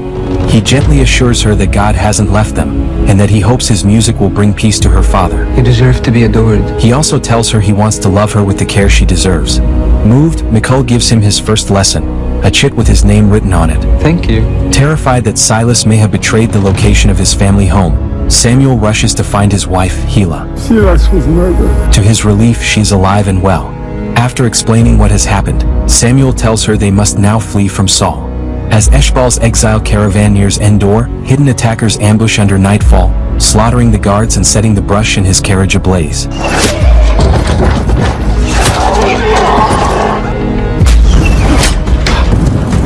Guards! Forced to flee into the dark, Eshbal stumbles through the chaos, terrified and lost. He suddenly encounters a tall, shadowy warrior who says little but offers an eerie invitation. With no one left to trust and nowhere else to run, Eshbal hesitates, Are you coming? Then steps forward, choosing the unknown path. On the heights of Gibeah's walls, David lifts his voice in song to Adonai, unaware that Michal watches and listens in secret from behind a shadowed opening within the palace. Abner rides to Judah and meets with Adriel, the senior elder. Adriel pretends to be repulsed by Gibeah's pagan carvings, but Abner sees through the act and presses him for the truth. Adriel admits that Samuel has been making sacrifices throughout Judah but refuses to name others involved unless he receives assurances. What do you have in mind? Abner reports to Ahinoam, uneasy about Adriel's loyalty, which seems self-serving. Give me, but that is not the answer. Bisay, the Witch of Endor, suggests displaying strength. A union. Ahinoam agrees and plans a political marriage to distract the people and win support.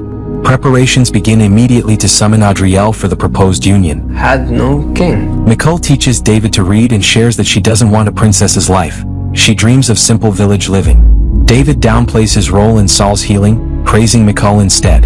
He hints at carrying deep secrets but is interrupted by Ahinoam, who warns him never to be alone with Michal again. She reminds David his only role in Gibeah is to soothe the king. Your sole purpose is to comfort the king. As she leaves, David lightens the mood by teasing Reuben, the border town survivor, for not keeping a better watch.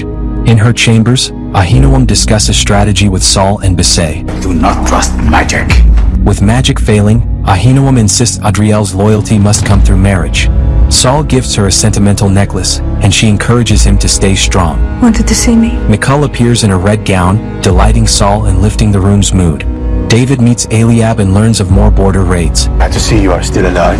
He mentions Reuben's troubling dreams of giants, then notices Michal, tearful and distant, passing by. Saul and Ahinoam have arranged her marriage to one of Adriel's sons, leaving David shaken and silent. King Saul of Israel! The moment arrives as King Saul welcomes Adriel's house and the tribe of Judah into the hall. Of the great tribe of Judah. After they settle, Adriel gives a speech, thanking Saul for his hospitality despite the harsh encounters they faced on their journey.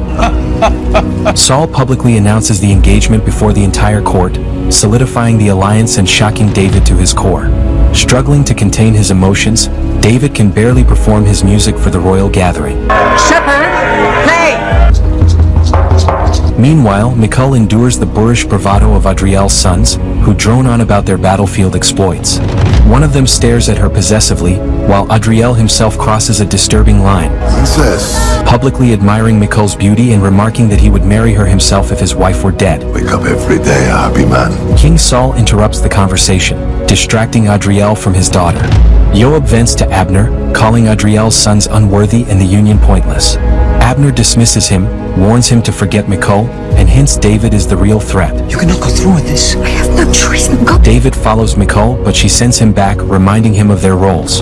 When he tries again, Eliab stops him. You will not speak a word. David wants to reveal the truth, but Eliab warns Saul will see him as a threat and urges him to play music. Adriel's youngest son, Jordan, approaches Merav, sensing that they both feel overlooked and unimportant. He as the youngest and she as the rebellious one. I'm the rebellious disappointment. The two bond as they watch the suitors compete in displays of exaggerated manliness, while Michal sits nearby, nodding politely, resigned to a loveless marriage. From a distance, Saul notices his daughter Merav speaking with Jordan in the shadows. During talks, Adriel asks for a scroll about Judah, but Saul grows paranoid, haunted by a vision of Agag. David's music calms him. Adriel, sensing weakness, questions Saul's control. Saul recovers and denies Adriel's scroll request but grants him a council seat. Celebrate our children. Later, Saul calls him a jackal, but Ahinoam assures him he's their jackal now. Watching Saul interact with his wife, David notes how good it must be to have married for love. The love between you and the queen. When Saul asks who should marry Michal, David boldly suggests himself. She should marry me. Saul laughs. You are a funny one. But the moment makes him realize Michal doesn't love any of Adriel's sons. Meanwhile, Merav's clear feelings for Jordan catch even Saul's attention. Seeing their chemistry, Saul changes his plan, After long consideration, deciding to offer Merav's hand to Jordan instead. Merav and Jordan. This shift spares Michal from a forced marriage and brings her great relief. David's courage, though dismissed, helps open Saul's eyes to his daughter's true feelings. Are you happy with this? Merav seems content with her father's decision. Meanwhile, David quietly follows Michal after Saul's announcement and finds her alone in the corridor. Though the relief in her eyes is unmistakable, their time is brief. David knows he can't stay, aware that being caught alone with her again could endanger them both. Merav tells Saul she always felt he favored Michal and didn't care about her. I was the surprised one. Saul gently says Merav is like her mother, strong-willed, and that he does care about her happiness. He asks her to watch Adriel's house closely. Will not be divided. Merav agrees, promising to protect Saul's legacy. Joab attacks David, accusing him of betraying Saul's house and corrupting Michal. Robbed his daughter. He threatens to kill him unless he stays away. Swear it! But David refuses, Try it. saying he has a purpose in Saul's house and questions Joab's own path.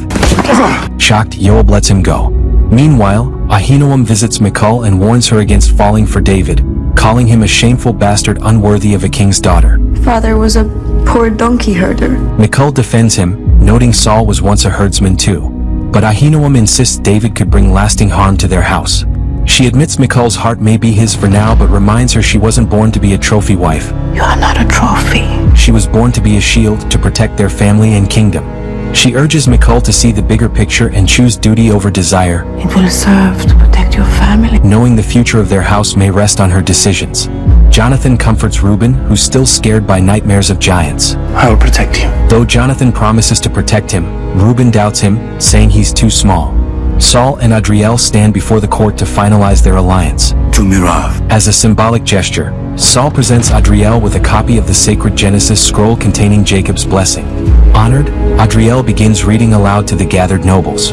But as he recites some words, the oppressive spirit, manifesting again as Agag, whispers to Saul, fueling his paranoia that the Lion of Judah will rise, implying that Adriel threatens his throne. Saul angrily stops Adriel, recites Jacob's blessing, accuses Adriel of scheming for power, cancels the marriage. In madness, he attacks Ahinoam, choking her and tearing her necklace. Saul banishes Adriel, screams, and tears down Judah's flag. His daughters gather pieces of Ahinoam's broken necklace. Merav, overwhelmed by grief, runs off, calling her family cursed. This family is a curse. The court falls silent, shocked by the scene.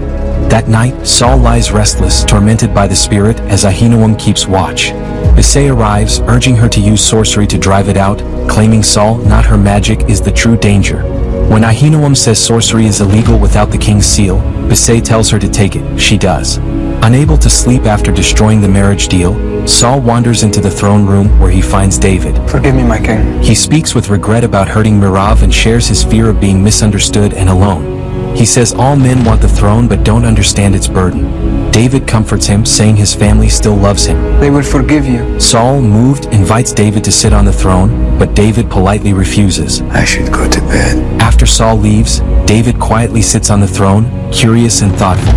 Unbeknownst to him, Michal sees the moment from the shadows, watching David with a mix of wonder and sorrow. Days of the Great Rebellion. Orpah, mother of the giants, tells the story of how angels, led by Shemaiah, rebelled and were cast from heaven. His wives from the daughters of men. On earth, they desired beautiful daughters of men, and fathered the Nephilim, giants with great power. Punish the angels for their sin. God punished the angels, locking them in darkness, while humans hunted their children.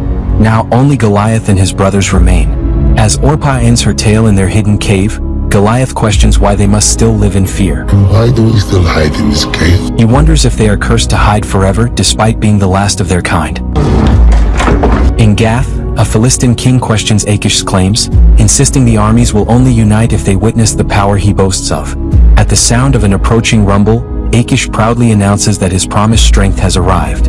Outside the gate, he greets Goliath, who is pulling a carriage carrying Orpah, welcoming them warmly and offering anything they desire. Allow my servants to look after you. Achish sends the other Philistine leader to gather the kings in the valley of Elah, declaring that the time has come to launch their attack. The time is now.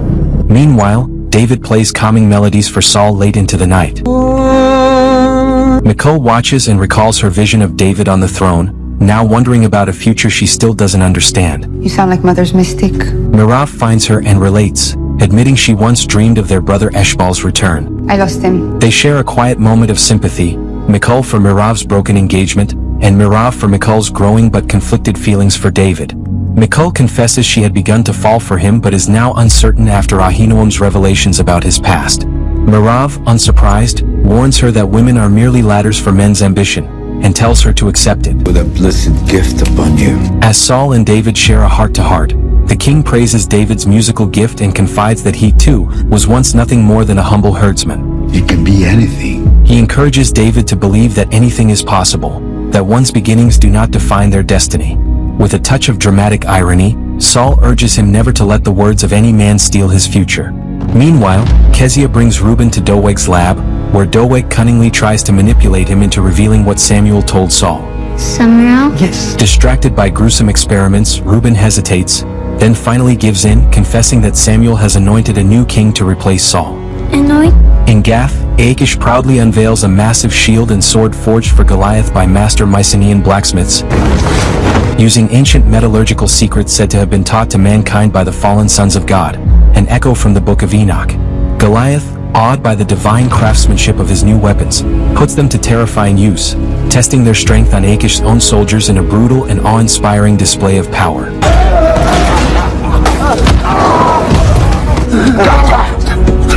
Aid in my victory. Achish hosts a lavish feast for Orpah, bragging that she and her sons will soon enjoy riches and power fit for royalty. But Orpah isn't interested in luxury, she wants revenge. Your throne. She demands that Achish give up his throne and let Goliath rule as a living god if they win the Israelites. When Achish refuses to kiss her ring in submission, she ends the meeting. No. As she leaves, Orpah warns him coldly. Dad, be careful. Once giants awaken, they never go back to sleep. Saul, Jonathan, and Abner receive word that 2 Philistine nations are preparing for war. Saul scoffs at the threat, boasting that they'll crush them just as they did the Amalekites. Thunder rumbles ominously as if signaling divine disapproval, but Saul pays no mind and walks away. Jonathan, concerned, questions his father's dismissive attitude toward the giants. But Saul brushes it off, claiming they're nothing more than a trick.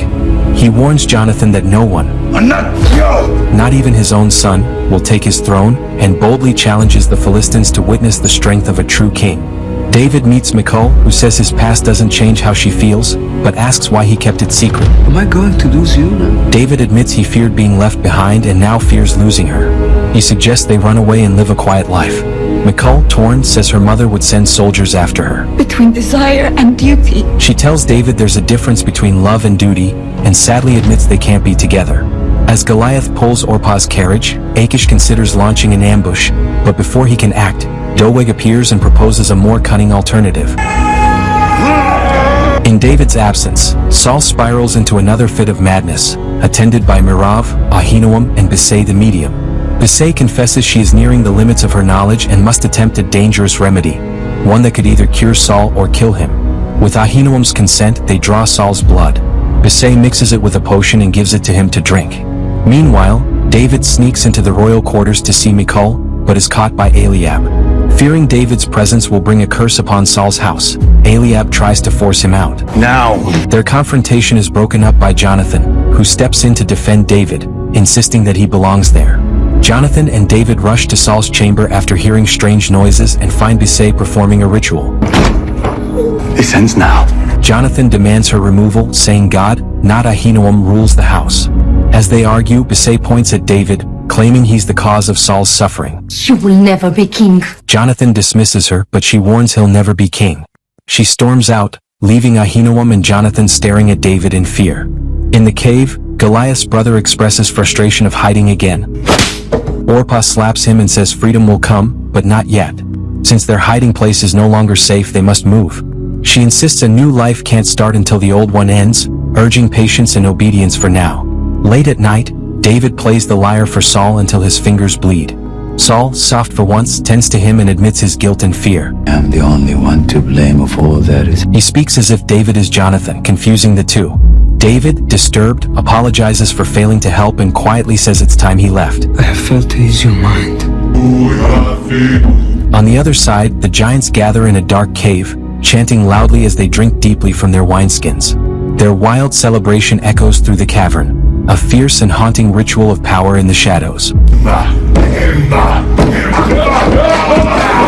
There are a few more skins left. Orpah leaves to find more wine and sneaks into a quiet storage cave.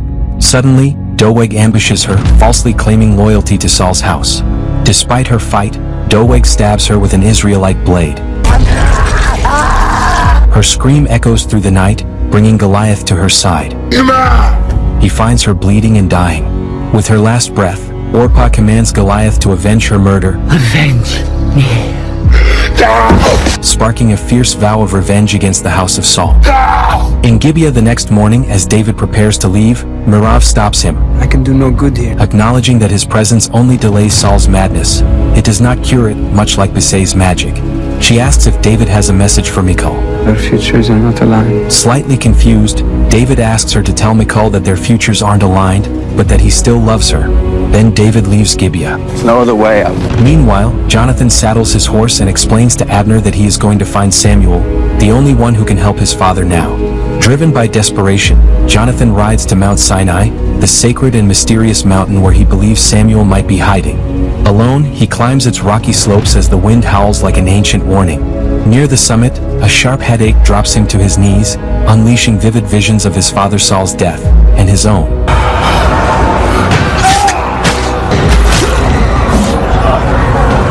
Shaken and afraid, Jonathan awakens breathless to find a weathered tent.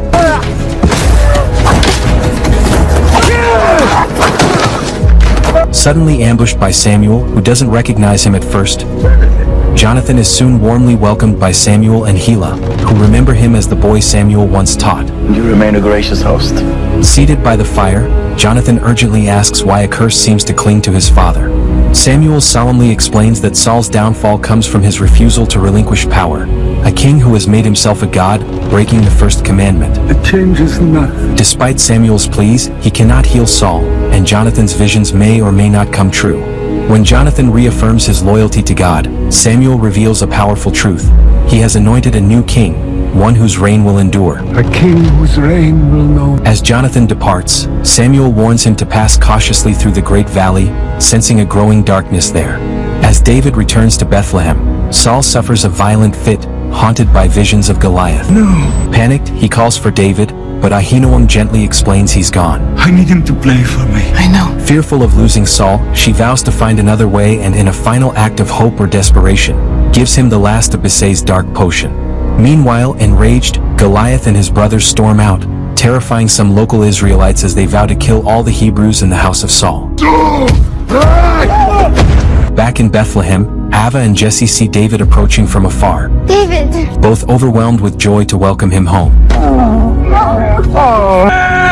Following Samuel's advice, Jonathan passes by Elah and witnesses a massive Philistine host assembling. Racing on to Gibeah, he reports the news to Saul. The Philistines are assembled. Those scouts have already confirmed it. As his father announces his plan to face the Philistines, Together we shall do what we have always done. Jonathan stands faithfully by his side, cheering him on alongside the other Israelites. Later, in Gath, Goliath finally kneels before Achish and offers to fight and kill Saul in his name, declaring his intent to prove who the true gods are. Who the real gods are. Moving on, we learn that Saul has summoned every able-bodied man in Israel to join the battle against the Philistines. Nathaniel, Jesse's cowardly fourth son who shares his father's contempt for Saul, begs not to be sent. Who will take his place, send me. He will take my place. But Jesse insists he must fight alongside his brothers, for God and for Israel. For God and for Israel. When David volunteers to take Nathaniel's place, Jesse refuses, prompting David to quietly question why he's always left behind, tending sheep, For once. as if his father has a deeper reason for keeping him hidden from the fight. A massive Philistine force gathers in the valley of Elah, while Goliath and his giant brethren survey the valley. Achish boasts to his fellow lords that he has finally unified the Philistine armies. Our forces unified.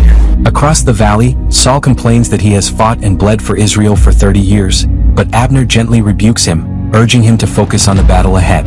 Complaining. When Saul questions who he is and why he was anointed, Tell me who I am. Abner assures him that he is a conqueror, a uniter of the tribes who has lifted his people from fear, personally saved Abner, and given him purpose. That's who you are to me, my king. Embracing his friends, they prepare to face the Philistine host. Over 150,000 Philistines. The vast Philistine army, more than 150,000 strong, stands ready.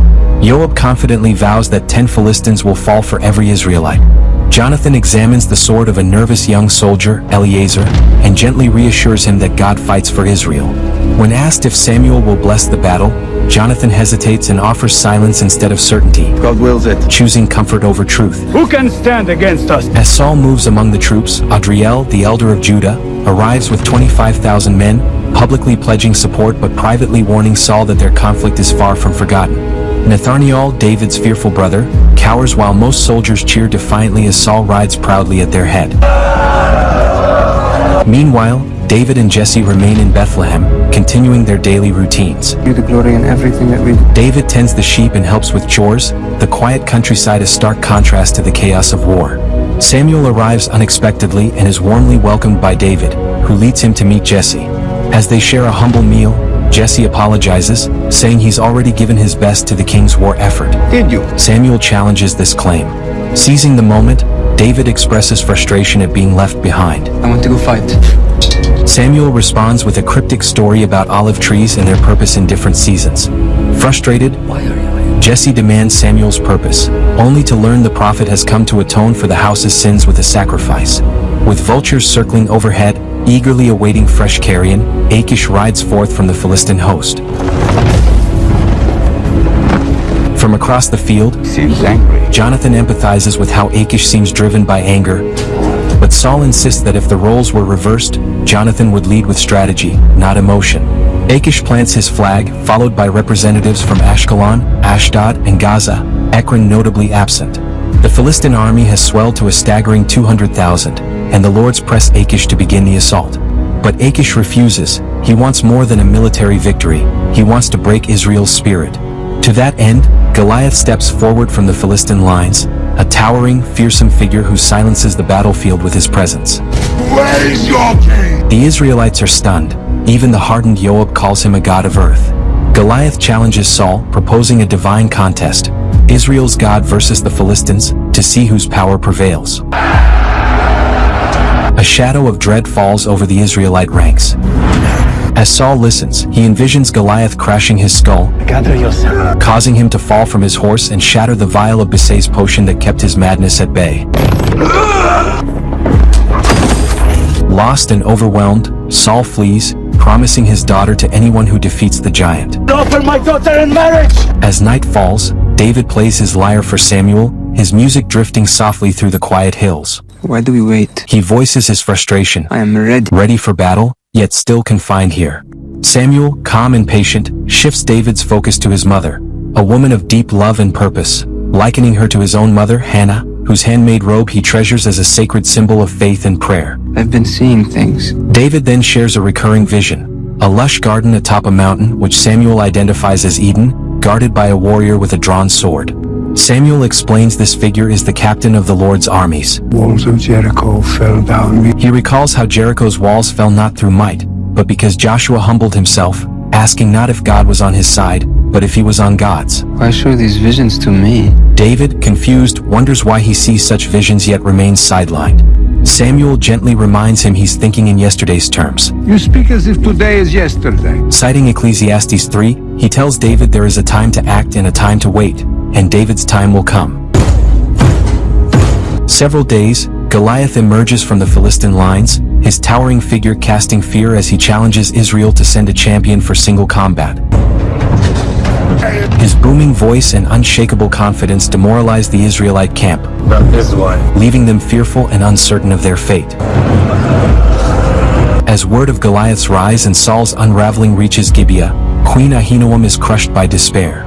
Declaring there's nothing left to be done, she forbids even the mention of Hashem's name. I do not wish to hear that. Michal, undeterred, suggests turning to God in prayer, but is met with bitterness.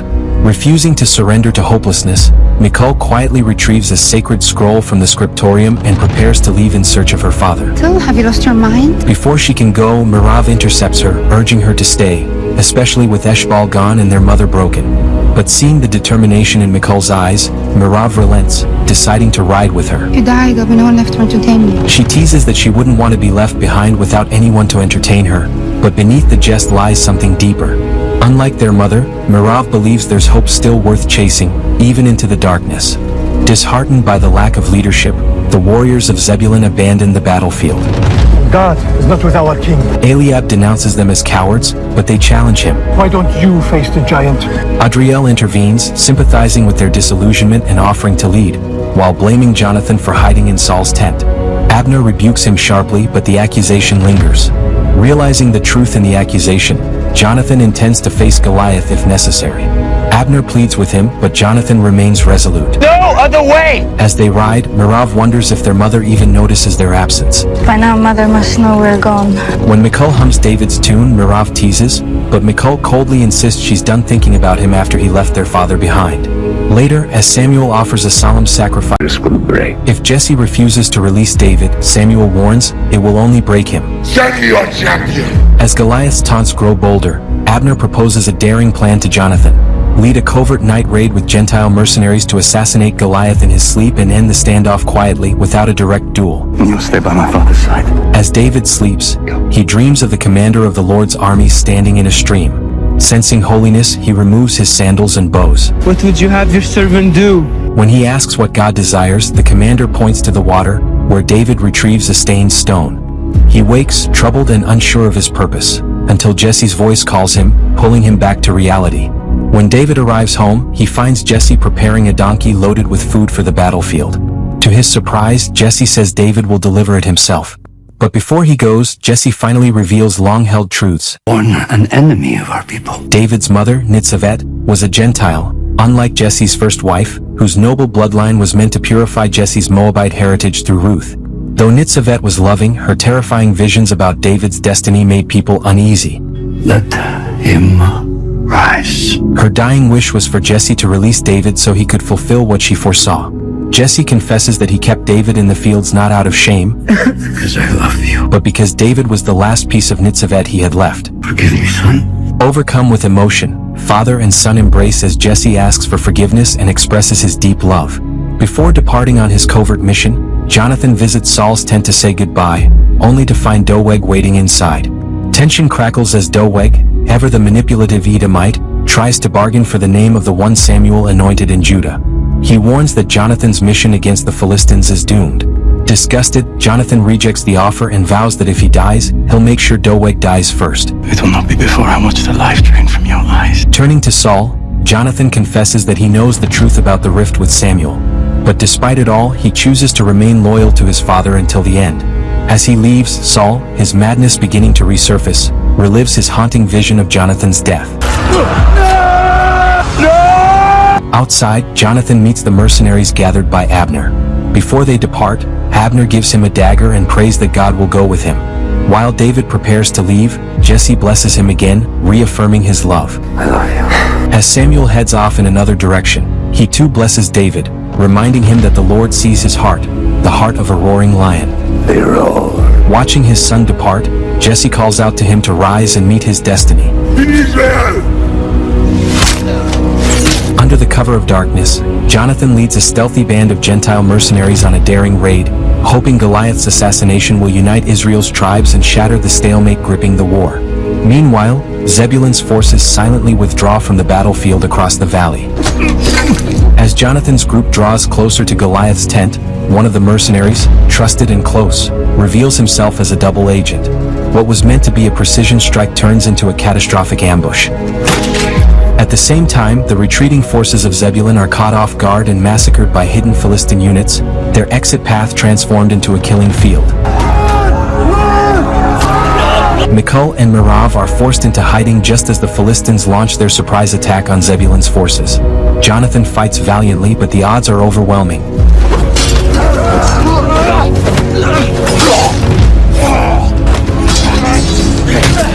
You are defeated. Eventually, he is overpowered and dragged before King Achish.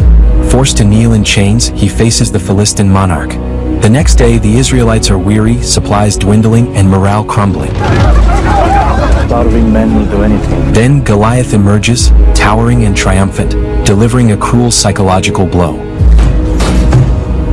He hurls the severed heads of Jonathan's fallen mercenaries across the valley, grisly proof of the failed night raid. Sent to me last night. With chilling precision, he follows with a massive spear, shattering Israel's water cart and severing their last supply. The act is both strategic and symbolic, as Goliath mocks Saul and the God of Israel with thunderous scorn. Among the stunned Israelite ranks, only Abner knows the raid's true cost. As fear grips him, Adriel arrives with grave news. 8 tribes are secretly assembling. Abner should either join them in their bid for new leadership or fall with Saul. So where is your God? In the Philistine camp, Achish mocks Jonathan's daring but futile raid, sarcastically asking why Samuel hasn't appeared to offer sacrifices. He boasts that he has finished uniting the 5 Philistine armies, which now encircle the Israelites and outnumber them 3-1. Why not ride in on us? When Jonathan boldly asks why they haven't attacked, Achish responds with a history lesson. His ancestors crossed the sea to conquer Egypt and Canaan, while Jonathan's were slaves who resisted Moses' call to freedom. The Philistines, he claims, were born to rule, the Hebrews to serve. When Jonathan recalls how God drowned Egypt's armies in the sea, Achish sneers, Then where is he? asking where Yahweh is now and ridiculing Jonathan's reverence for the divine name.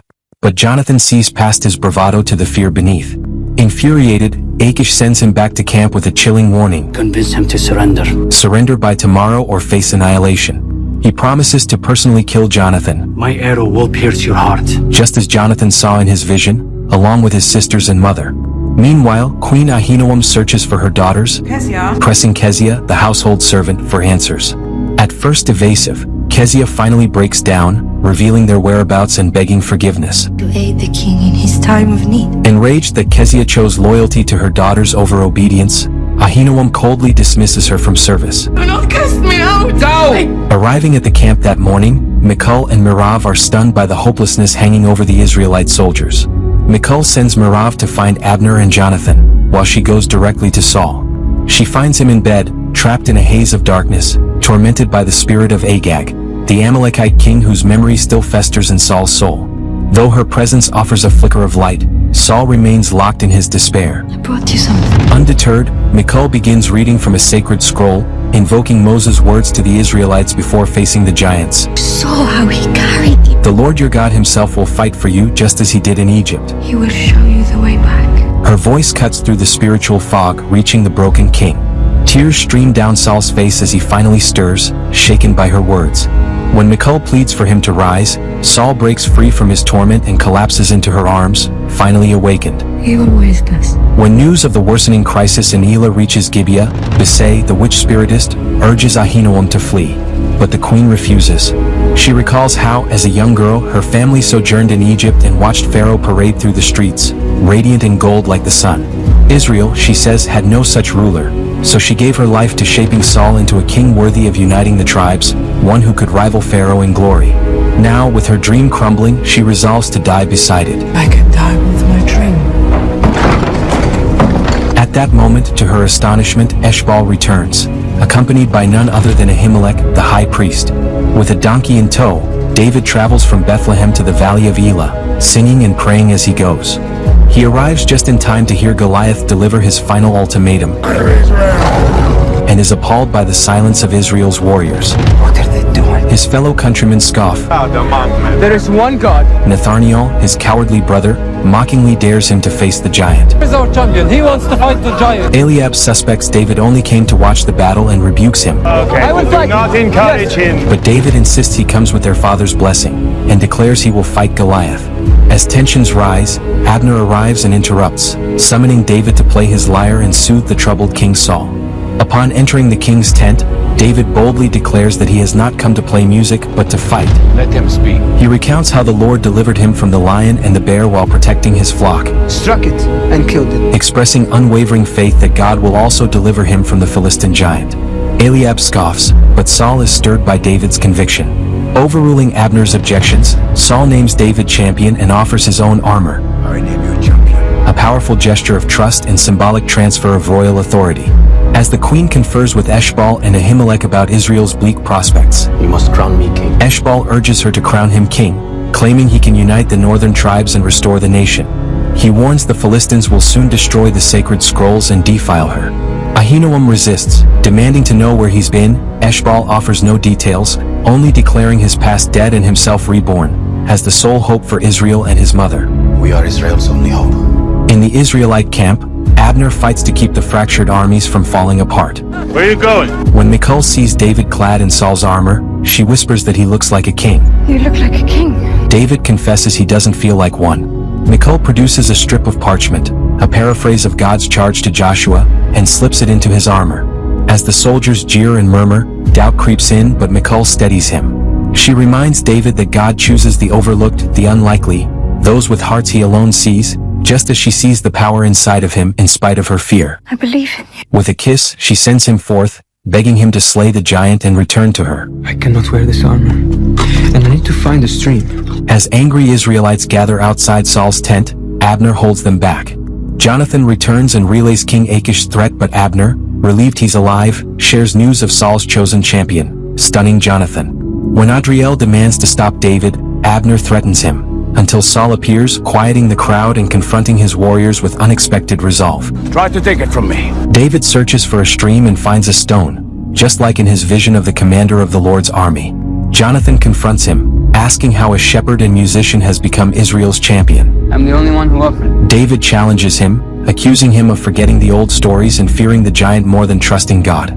Jonathan admits he's not sure God is still with them. He's with us there when we choose to face our fear. David replies that God is not with those who cower, only with those who face their fears. Bethlehem. When Jonathan asks who he is, David says he's from Bethlehem. Upon learning David met Samuel, Jonathan is shaken, but ultimately prays for him. May God be with you. Tension flares as Adriel tries to stop David from approaching Goliath, only to be halted by Abner's blade. Call him back! Israelite soldiers jeer while Nathaniel and Eliab beg David to turn back, calling it impossible. Why are you not afraid? David replies that this is the difference between them. I divide! Drawing strength from God's words to Joshua, Get out of the way! he prays simply for God to give him the ground. God, give me this ground. As David steps forward, Goliath mocks and curses him.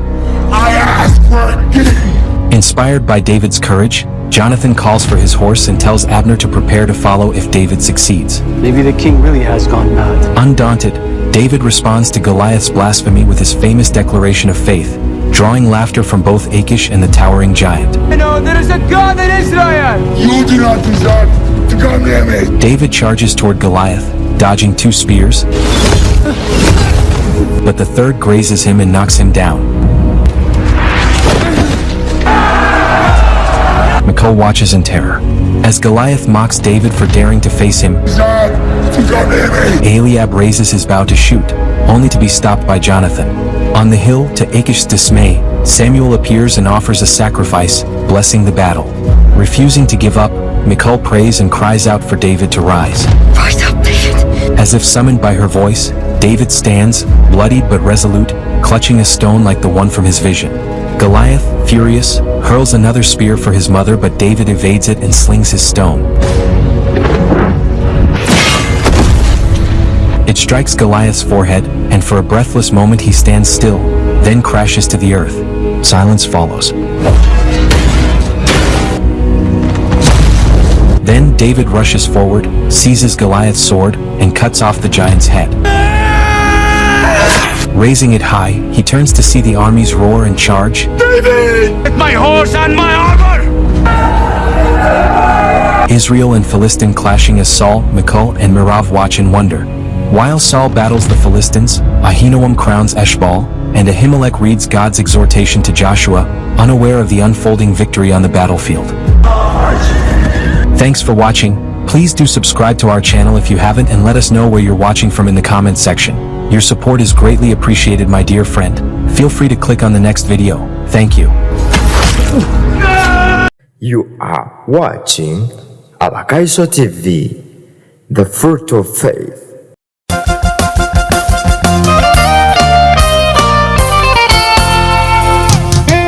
Babiri bali bomu muhanda, babiri bali bomu musiri, babiri bali baba byambire, omwali twalwa omwali siga, omusoma ali banaiba, wamalaya na yetunda, omwenge na huta.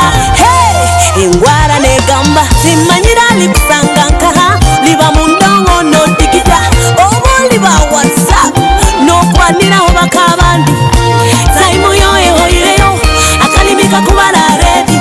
Obwire bw'obuhoireyo engwara eri kugamba, engwara eri kugamba, engwara eri kugamba,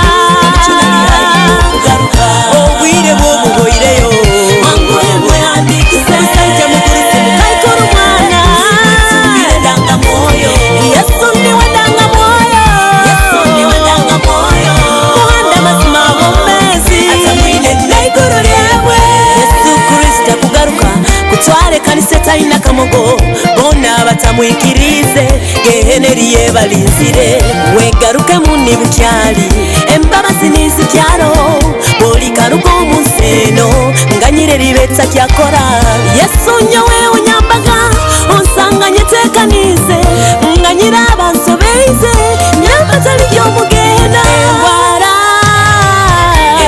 eri hayi kugamba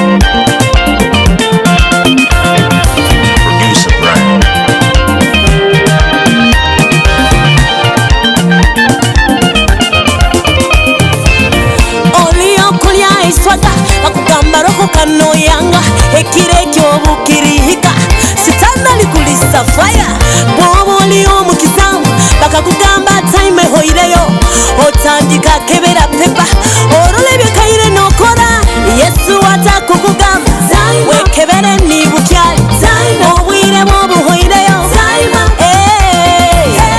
abaliza mwekebere barevuranda mwekebere bamalaya mwekebere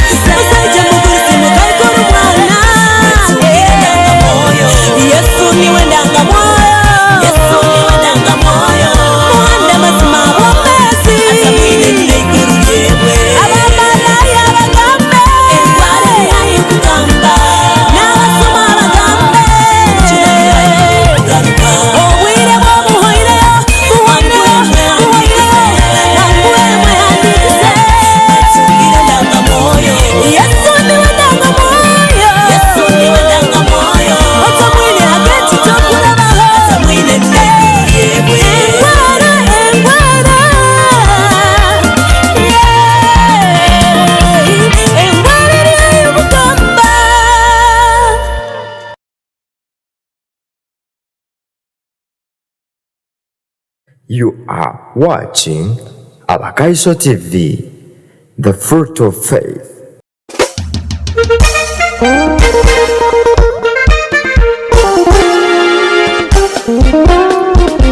Mukama watalinyowe wotakwate hamukono ningwa Mukama watalinyowe wotakwate hamukono ningwa watalinyowe wotakwate hamukono ningwa watalinyowe wotakwate hamukono ningwa Mukama kwata barwaire bonna batagwa wotabakwate hamukono nibagwa Mukama kwata barwaire bonna batagwa wotabakwate hamukono nibagwa